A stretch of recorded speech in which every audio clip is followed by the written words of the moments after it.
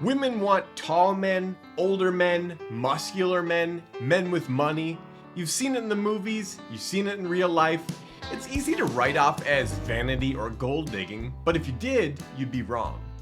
These desires aren't arbitrary. They're hardwired into her by her creator. See, God designed women to long for strength, protection, provision, and leadership.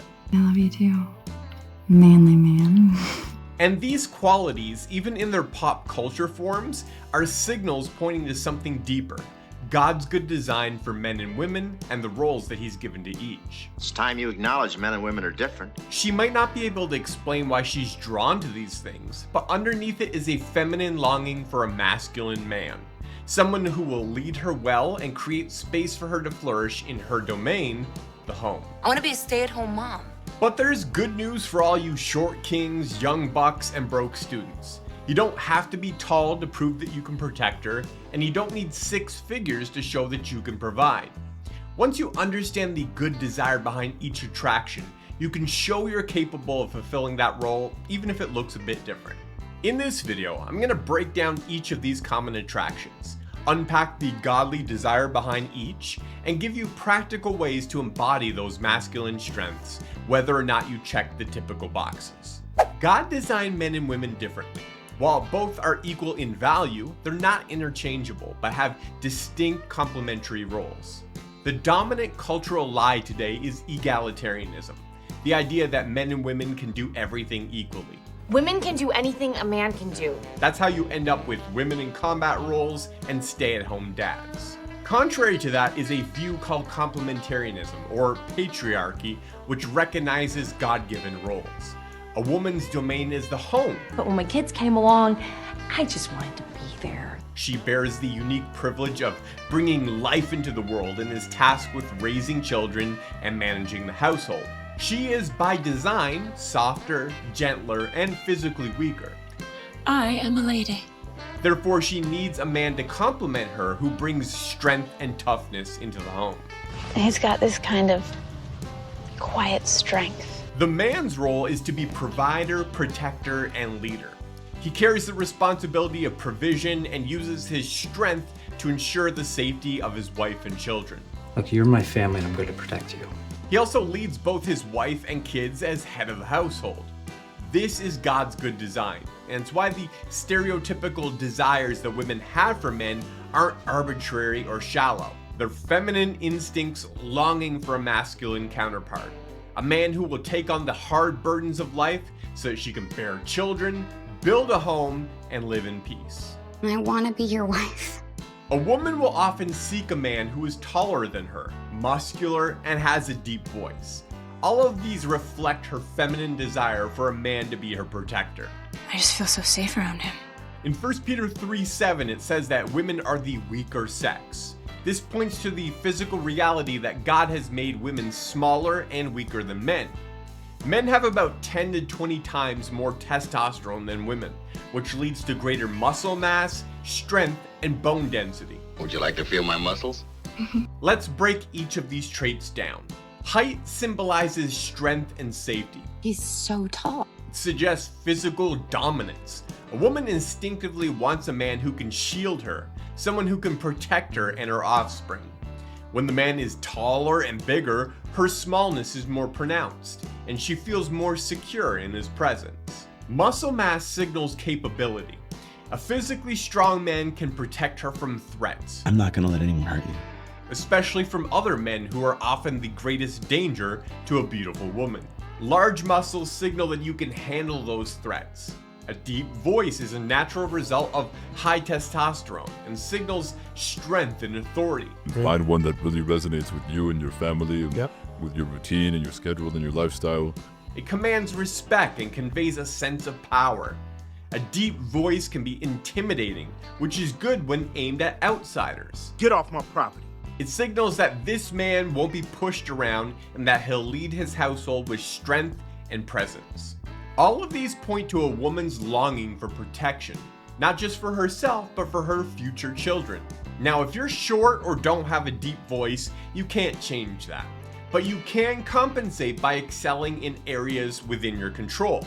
You can build muscle. You can train in martial arts. You can become competent with weapons.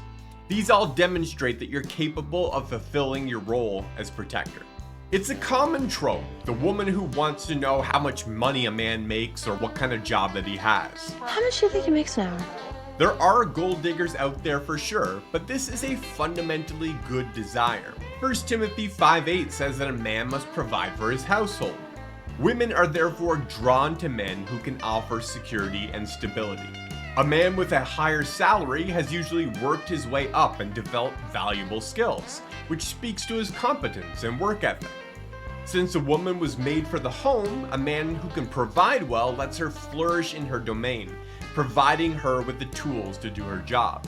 Dishwasher, vacuum. There are also physical signs of provision. Scars and rough hands show that a man has endured pain and risk, that he's worked hard. These are marks of a man who's not afraid of sweat or difficulty. While muscles signal the ability to protect, they also show the ability to endure hard labor. A muscular man looks like he can lift, build, and keep going. No sweat. The kind of man who can put in long hours to take care of his family. If you want some practical tips on growing as a provider, check out my video, Young Men, 5 Steps to Prepare for Marriage and Become the Man She Wants. The first 3 steps are all about becoming the kind of man who can pull his weight and provide for his family. A woman is often drawn to men who are older than she is. You espouse an older man through girlish optimism, which flows from her natural desire to be led. Age acts as a proxy for leadership. Older men tend to be more mature, stable, and wise, with life experience that makes them more fit for leadership. She was created to be a helpmeet to a man, and therefore she's not drawn to boys who are foolish and inexperienced, but to men who are capable and confident to lead her and her children. This is also why women are often attracted to men with beards. I love beards. Boys can't grow them, but men can. A beard signals maturity, strength, and masculine authority. It's a visible marker of a man who's grown into his role. If you're younger, the good news is you're still older than somebody's daughter. Oh, an older man notice me! But if the girl you're interested in is older than you, you are starting at a disadvantage. Mentally, I'm way too old for you. What? The way to close that gap is by growing in gravitas and wisdom. They make you come across as older, more established, and more respectful. If you want help building that presence, check out my video, How to Develop Gravitas, here. Becoming the kind of man that women are drawn to isn't about chasing superficial traits. It's about embracing the role that God has given you. A masculine man leads, he provides, and he protects. If you want to dive deeper into this topic and grow in biblical masculinity, here are 2 book recommendations. The first is It's Good to Be a Man, a Handbook for Godly Masculinity by Michael Foster and Bnonn Tenan. This book is a bold call to reject passive beta male masculinity and recover God's design for men to build, lead, and take dominion. The second is Man of the House, a handbook for building a shelter that will last in a world that is falling apart by C.R. Wiley. This book is a no-nonsense blueprint for reclaiming biblical household authority. Wiley connects masculinity to legacy, property, work, and dominion, showing how strong men build strong households that can withstand a collapsing culture. Pick up either of these books and apply what they say to grow in your masculinity so you can attract a good woman or be more attractive to the wife that you already have. Thanks so much for watching. If you want something else to watch, I've got an entire playlist on biblical manhood and womanhood on my channel. And YouTube also has a recommended video for you above.